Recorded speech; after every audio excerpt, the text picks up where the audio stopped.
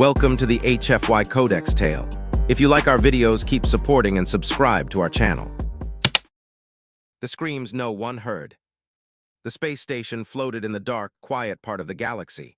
Most people were sleeping, lights dimmed, engines humming softly like a giant metal heart. But one man was still awake.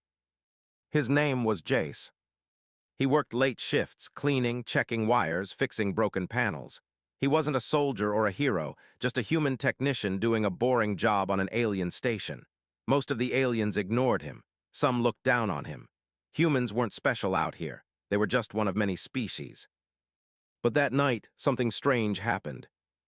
Jace was repairing a loose panel near a locked door. The hallway was cold.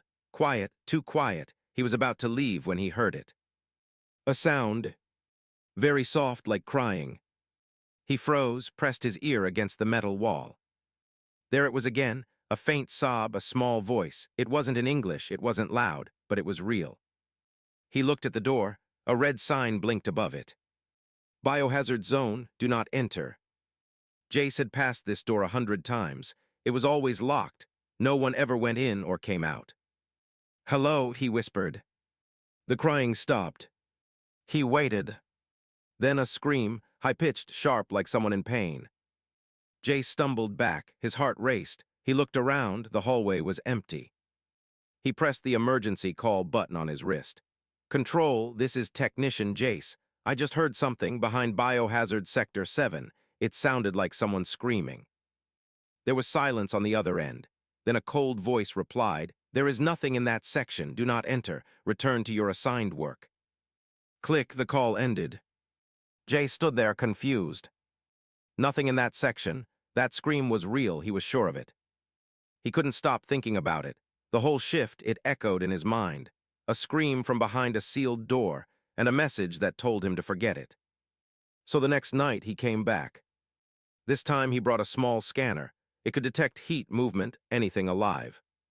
He pointed it at the wall. Beep. Movement, multiple small shapes. Warm body heat, not machines, not bugs. Living beings. Jace swallowed hard. Someone was inside. He looked around. No cameras in this hallway, no guards. He crouched and checked the lower vents. One was loose, rusted bolts, old system. He pulled it open and crawled in. The air was dusty, smelled like oil and old sweat. He moved slowly, following the soft sounds, whispers, breathing chains. Then he reached a broken vent cover. He peeked through and froze. There were cages, 6 of them. Inside were girls, alien girls, thin, dirty, some with bruises. Their eyes were wide and tired. One was crying softly. Another was trying to comfort her. They looked young, afraid. One of them looked straight at the vent. Jace ducked, his heart pounded. This couldn't be real. Why were they here? Why were they locked up like animals?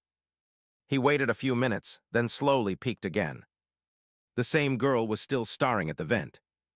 And then she crawled forward, weak but determined. She looked straight at him and placed her hand over her mouth. She was telling him to stay quiet. Jace nodded. She pointed to the side, where an alien guard was walking in. He was tall, strong, with dark skin like stone and silver armor. He checked the cages. One girl reached out. He slapped her hand away. Jace clenched his fists. He wanted to scream, he wanted to help. But he stayed still. The guard left after a few minutes, heavy boots echoing away. The girl came back to the vent. She whispered something. Jace couldn't understand. Then she tapped the metal very softly 3 times. Tap, tap, tap. And then she looked at him with pleading eyes. Help us. Jace nodded again. He backed away through the vent, heart still racing. He crawled out into the hallway, closed the panel, and walked away like nothing happened. But his mind was spinning. Alien girls, locked up, hidden from everyone. No one knew. Or maybe no one cared. He returned to his quarters, lay in bed, but he didn't sleep.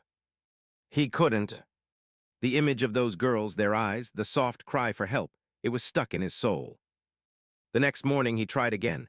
He called a supervisor, reported possible life signs in a restricted zone. The reply was cold. There is nothing in that sector. If you continue to ask questions, your contract will be terminated. Terminated just like that. That night, he returned to the vent. And the girl was there. Waiting. This time she passed something through the grate, a tiny piece of paper, strange symbols written on it. And one word in English. Help. Jace took the paper, stared at it.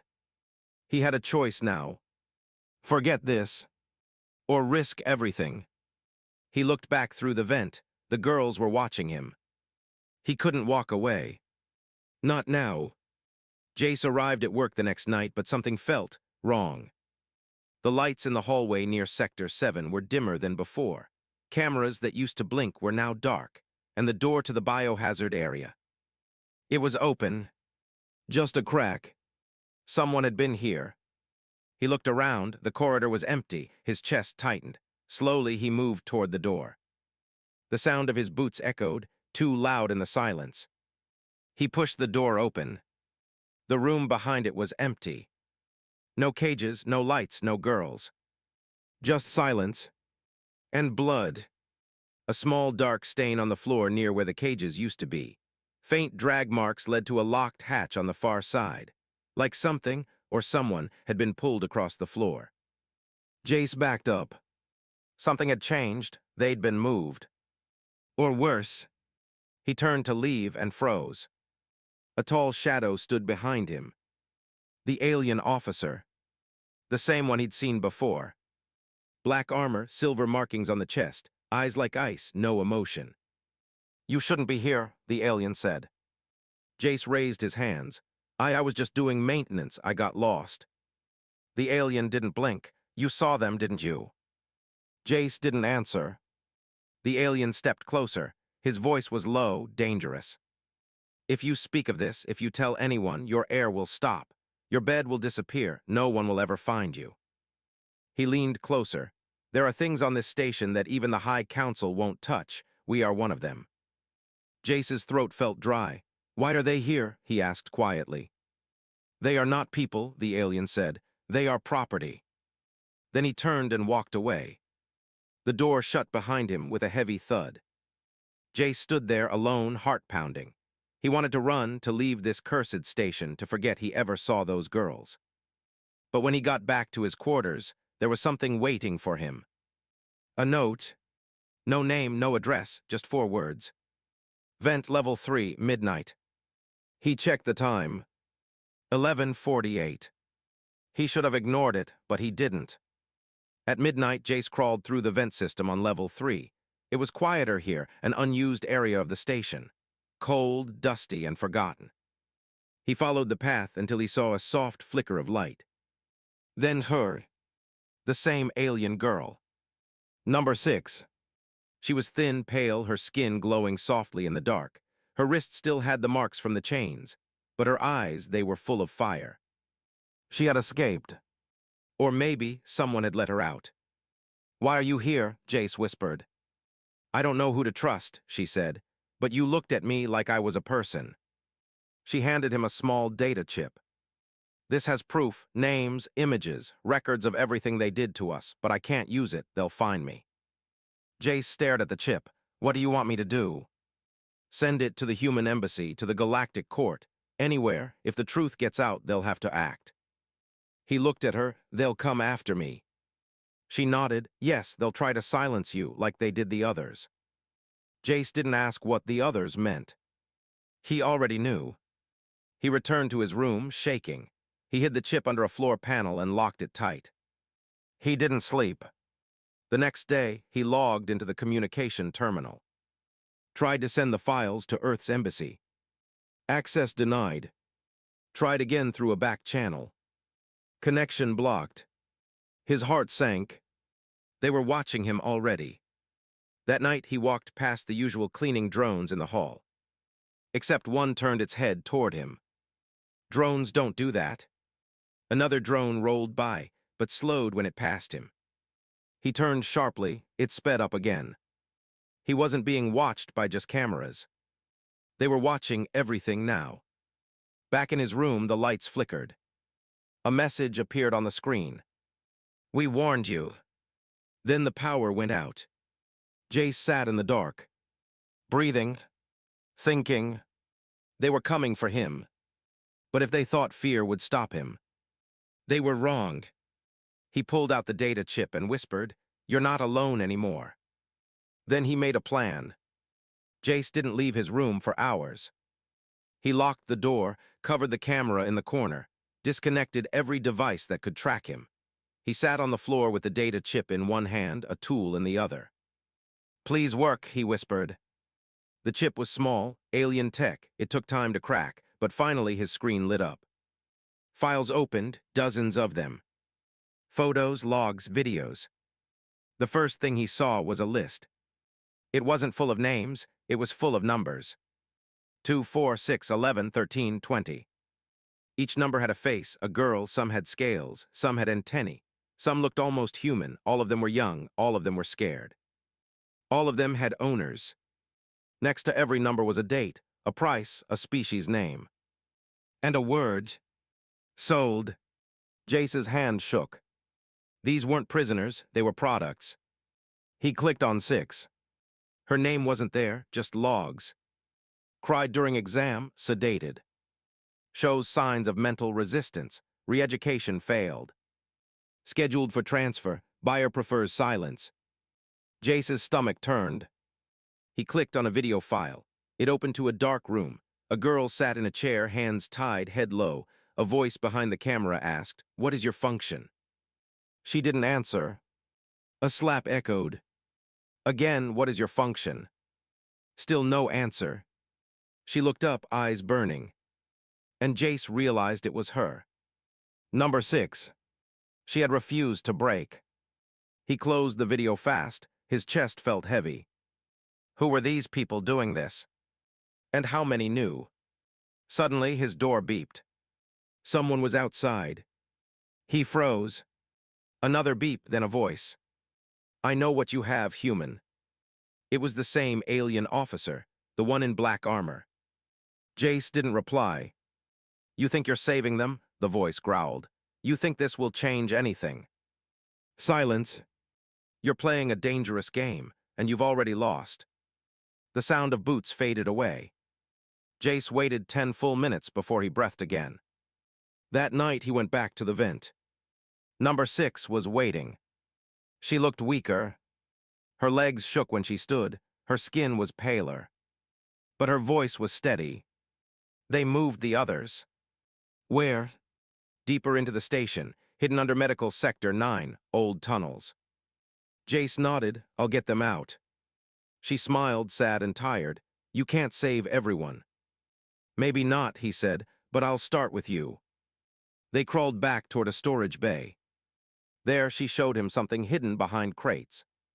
An old jacket, a small bag, a bracelet made of silver wire. Jace picked it up. "What's this?" "It's mine," she said, "from before." "Before what?" "Before they took away my name." She didn't look at him. She stared at the metal floor. "I was called Lyra," she said finally. "My parents died during a raid. They told me I'd be safe here. I believed them." Jace felt something twist in his chest. "Lyra," he repeated softly. "That's a beautiful name." She looked at him, her lips trembled. "I thought I'd never hear it again." Later that night, Jace connected the chip to an illegal transmitter, a black market device hidden behind a wall panel. It could send encrypted messages through cargo signals. He uploaded the files to Earth, to the Human Alliance, to any system that would listen. And then he waited, but nothing came. No reply, no rescue. Only silence. The next day, news spread across the station. A security breach. No details, but guards doubled, doors locked tighter. Anyone who asked questions was warned or disappeared. Jace knew it was because of the chip. And then something worse happened. He returned to the vent at midnight. But Lyra was gone. He searched the vents, the storage bay, even the lower decks. Nothing. But in one dark corner, he found something small. Her bracelet. Crushed. He held it tight in his fist. He had promised to protect her. And now she was gone. But something new burned inside him. Rage. They had taken her again. They thought they could hide her like before. But this time, he wasn't going to crawl away in silence. This time, he would fight, even if it killed him. Jace moved like a ghost through the lower levels of the station. Every step was planned. Every breath was quiet. He had one mission now: get them out. Even if it meant breaking every rule, even if it meant dying. He had already lost Lyra, he wouldn't lose the rest. He had studied the old blueprints. The alien tunnels beneath Medical Sector 9 were abandoned years ago, but the cages had been moved there, hidden, forgotten. Except by him. Jace needed help. He found it in a strange place. Another human, a janitor named Bren. Bren was quiet, older, missing 2 fingers. He didn't ask questions until Jace showed him the truth. The data, the files, the faces of the alien girls. Bren stared at the screen for a long time. Then he simply said, "I'll help you." They made a plan. Cargo bots passed through Tunnel 9 twice a night. Slow, loud, easy to hide behind. Bren had a stolen security card. Jace had the route mapped out. All they needed was one moment, one small gap in the guard patrols. And they would run. Jace crawled through the vent again. He had found the new cage room. It was worse than before. Cold, damp, the girls looked weaker. One of them was coughing badly, another didn't speak at all anymore. Their eyes were empty. But when they saw Jace, hope returned. He whispered, "I'm coming back tomorrow. Midnight, be ready. No matter what happens, run when I say run." A few nodded, others cried silently. But they believed him.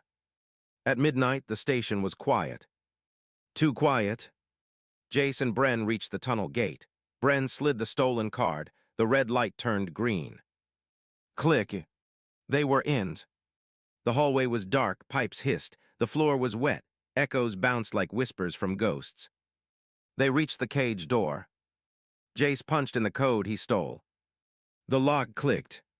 He opened the door. "Go," he whispered. One by one the girls came out, scared, shivering, but moving. Jace smiled. "We're going to get you out, just a few more." Boom. A siren screamed, red lights flashed. The tunnel door slammed shut. Bren froze, they knew. Footsteps pounded above. Jace looked at the girls. "Run, take the left pipe, follow the green lights, G.O." But only 3 ran. 2 froze. 1 fell. Guards rushed in. Shouts, blasters. Jace jumped in front of the girls. "Don't shoot." But they did. Pain tore through his shoulder. He fell to one knee. Bren grabbed one girl and pulled her into the shadows. "Come on." The smoke got thick, screams echoed. Then, darkness. Jace woke up in a cold room. Hands tied behind his back. A guard stood near him, silent, gun ready. The door opened. The officer in black armor walked in. "I warned you," he said. Jace coughed. "Where are they?" "Safe," the officer said. "Back in their cages where they belong." Jace stared at him. "You're not going to get away with this." The officer leaned down. "We already did. You made too much noise, but it was pointless. No one's coming. No one cares." He turned to leave. "As for you, the council wants you alive, for now, but if you move again, your air stops." Jace lay there, bleeding, angry, helpless. But not broken. Because just before he blacked out, he saw something. The girl with purple eyes, number 4, had slipped through. He saw her crawl into a drain pipe while the guards were distracted. She was gone. She escaped. And that meant Hope was still alive. Later, in his tiny cell, a small piece of paper was pushed through a crack in the wall. One word was written in shaky handwriting. "Lyra." Jace's heart jumped. He grabbed the paper and wrote back. "Gone, I'll find her." He pushed it back. He didn't know who sent it. But someone else was still fighting. And he wasn't alone anymore. The station was colder than usual. Even the air felt different, like something was watching. Jace had been placed under observation, which was a polite word for prison. He wasn't in a cell anymore, but every hallway had a camera. Every guard looked at him like they were waiting for a reason to make him disappear. Still, he had one goal in his heart. Find Lyra. He had failed once, he wouldn't fail again. He kept quiet during the day, watched, listened, pretended to be broken. But every night he stayed awake, going over maps in his mind, listening to rumors in the mess hall. And then he heard it. Two medical officers were whispering near the storage bay. One said, "They moved her again, cryochamber 3B frozen like meat." The other laughed, "Guess she's not for sale anymore." Jace's heart nearly stopped. Cryochamber frozen. They didn't say her name, but he knew. Lyra. That night he made his move. He stole a uniform, found a broken ID badge from the laundry room, covered his face with a mask, walked like he belonged. No one stopped him. He reached Medical Sector 3. The hallways were quiet. Frost covered the walls. The deeper he went, the colder it got. Then he saw the door. Cryochamber 3B. He opened it slowly. Inside, rows of stasis pods glowed blue. Cold mist floated in the air. It felt like standing inside a cloud of ice. He walked past the first pod. A male alien frozen, eyes closed. Second pod empty. Third pod. He stopped. It was her. Lyra. She lay still inside the pod, eyes slightly open, skin pale, hair floating like silk in water. Alive but not awake. Jace pressed a shaking hand to the glass. "I'm here," he whispered. "I found you." Her eyes didn't move. Her breath was frozen. He checked the control panel. The system said status, deep freeze, no release authorized. He didn't care. He began typing override codes. The system beeped, blocked him. He tried again. This time he used the stolen ID. Access denied. Again. Access denied. A red warning blinked. Security alert, forced entry detected. Jace panicked. Alarms would come next. So he slammed his fist into the side panel. Wires sparked.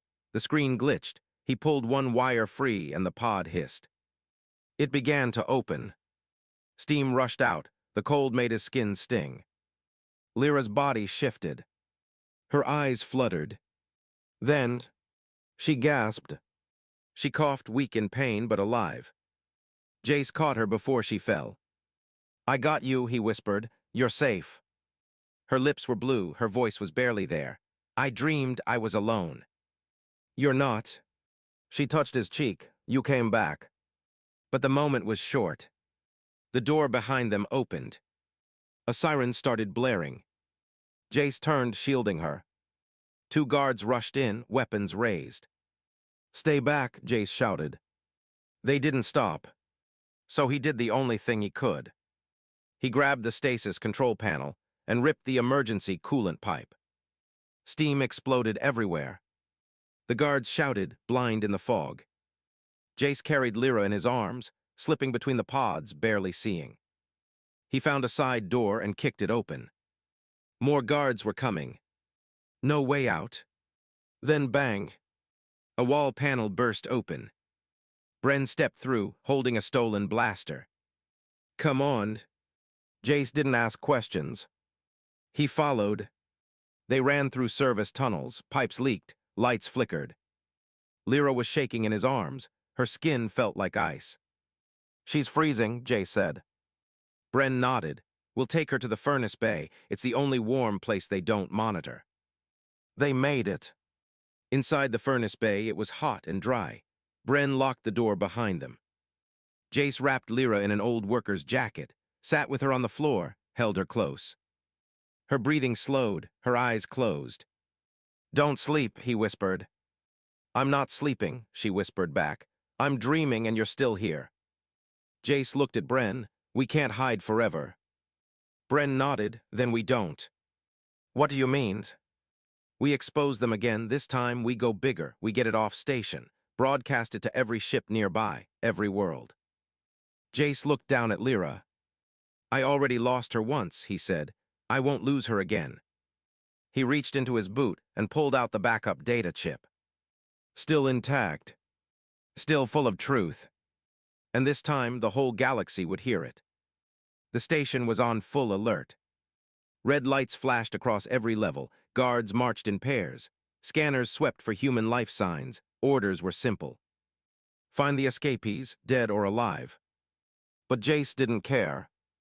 He was holding Lyra in his arms, and she was breathing again. That was all that mattered. Bren led the way, moving fast through old tunnels no one used anymore. Pipes leaked. Walls were cracked. No cameras here, just darkness and dust. They'll find this furnace bay soon, Bren said. We go deeper, we go out. Out where? Jace asked. There's an old air shaft, not on the maps anymore. It leads to the outer maintenance ring. No guards, but no oxygen either. Jace looked at Lyra. She was awake but weak, too weak to walk. She won't survive out there. Bren nodded. Then you'll have to give her your mask. The air shaft was narrow and cold. Metal walls rattled with every step. The only sound was Jace's boots, his breathing, and the distant hum of the station behind them. The shaft was marked with warning signs. Low atmosphere, suit required. They had 2 masks. But 3 people. Bren handed Jace a canister. I'm staying behind, I'll draw them away. No, Jace said, we do this together. Bren smiled, tired and calm. Kid, I've already done more living than I was supposed to, just make it count. He turned and walked back into the shadows. Gone. Jace placed the oxygen mask over Lyra's face. It hissed softly as clean air flowed in. She tried to push it back. No, you need it. I'll be fine, Jace lied. I'm strong, you're not. You'll pass out. Then don't let go of me. They moved slowly. Each step felt heavier. The oxygen was thin now. Jace's lungs began to burn. His head throbbed, his fingers shook. But he kept going. For her. Then the tunnel floor shifted. A crack in the metal. Jace stepped wrong and slipped. They both went down. The oxygen mask flew off her face. It slid across the floor, bouncing off the wall. No, she gasped. But Jace didn't hesitate. He crawled after it, grabbed it, and instead of putting it on himself, he put it back on her. She stared at him, eyes full of fear.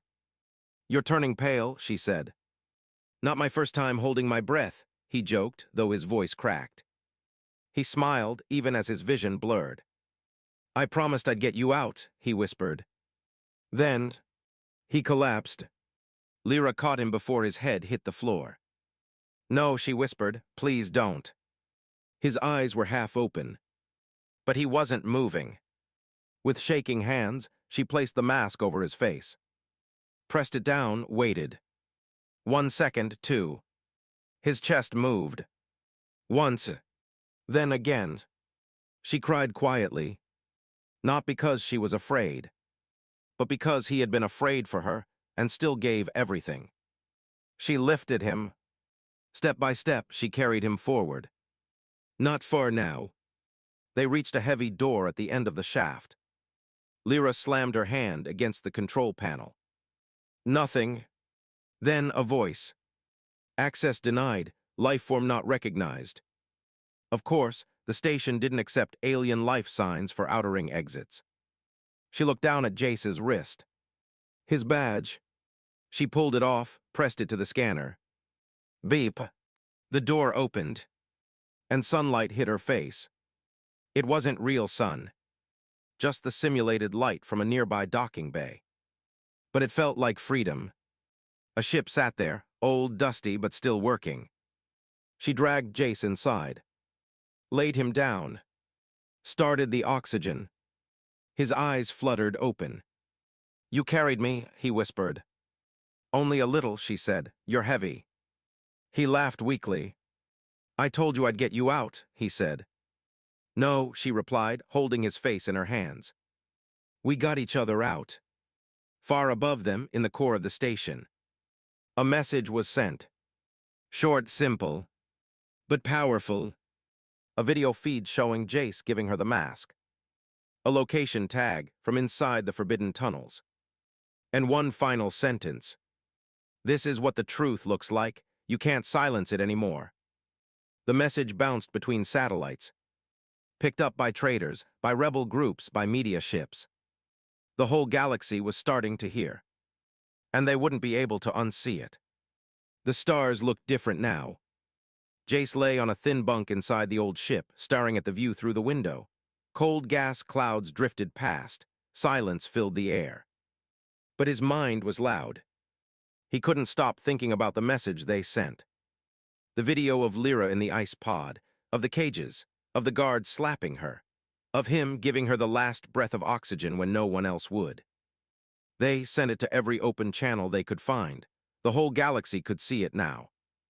But would anyone care? Lyra entered the room quietly, her steps light but steady. She was healing, her skin had color again, her eyes no longer shook with fear. She sat beside him, holding a small device. "It's working," she said softly. "The message." Jace turned to look at her. They saw it. Lyra nodded. "More than we thought, humans, aliens, traders, even a few bounty ships." "Bounty ships." "Not for us," she said with a small smile. "For them." She tapped the screen. Jace sat up. News reports filled the feed, smuggled recordings, witness interviews, secret files. The trafficking ring wasn't small. It reached deep, too deep. But people were angry now. Some stations were already under investigation. And Sector 7 was locked down permanently. "We started something," Lyra said. "They can't hide anymore." Jace nodded slowly, but he knew what she wasn't saying. Someone would still come for them. The ones at the top, rich, powerful, they wouldn't stay silent. And he and Lyra, they were the face of the rebellion now. The first spark. A message blinked on the screen. From the human embassy. Jace opened it. "Your evidence changed everything. We can protect you both. We'll send a transport in 2 days. Stay hidden until then." Jace read it twice, then looked at Lyra. "We have a way out." She smiled, but it didn't reach her eyes. "What's wrong?" he asked. She turned toward the stars. "There are more like me, Jace. Hundreds, maybe thousands, still locked in cages, still waiting for someone to hear them." She looked down at her hands. "I got lucky. You found me, but most never get found." Jace sat in silence, then quietly said, "We don't have to run." She looked up. "We can fight," he continued. "Not from a battlefield, but from here, from every screen, every channel. Every voice we reach makes them weaker." Lyra's smile returned. This time it was real. They spent the next day sending signals to every survivor they could find. They shared coordinates of safe zones, built a list of trusted ships, even found a few ex-captives who wanted to help. They called themselves the Voiceless Flame, because they had once been silent, but now they were fire. The next night, a patrol ship spotted them. Jace was at the control panel when the alert beeped. Lyra stood beside him, her hand already reaching for the engine switch. "Ready to run?" she asked. He shook his head. "No." He opened the comms. "This is Jace Rylan, transmitting on open frequency." Silence. Then a reply. "You're the human from the video." "And I'm still alive," Jace said, "which means I'm not finished." "We're not here to kill you," the voice replied. "We're here because of what you showed us." There was a pause. "We want to help." Lyra's eyes filled with tears, but she didn't let them fall. "Not yet." Dozens more joined them over the next weeks. Small ships, big ships, alien families, ex-slaves, brave workers, hidden rebels. Each one carried pain, but each one brought hope. And somewhere, in a hidden cell far away, another alien girl heard whispers through a vent. "They're coming," someone said. "The humans, the ones who fought back." And for the first time in years. She smiled. The galaxy had heard the screams. And now, the human who answered them wasn't alone.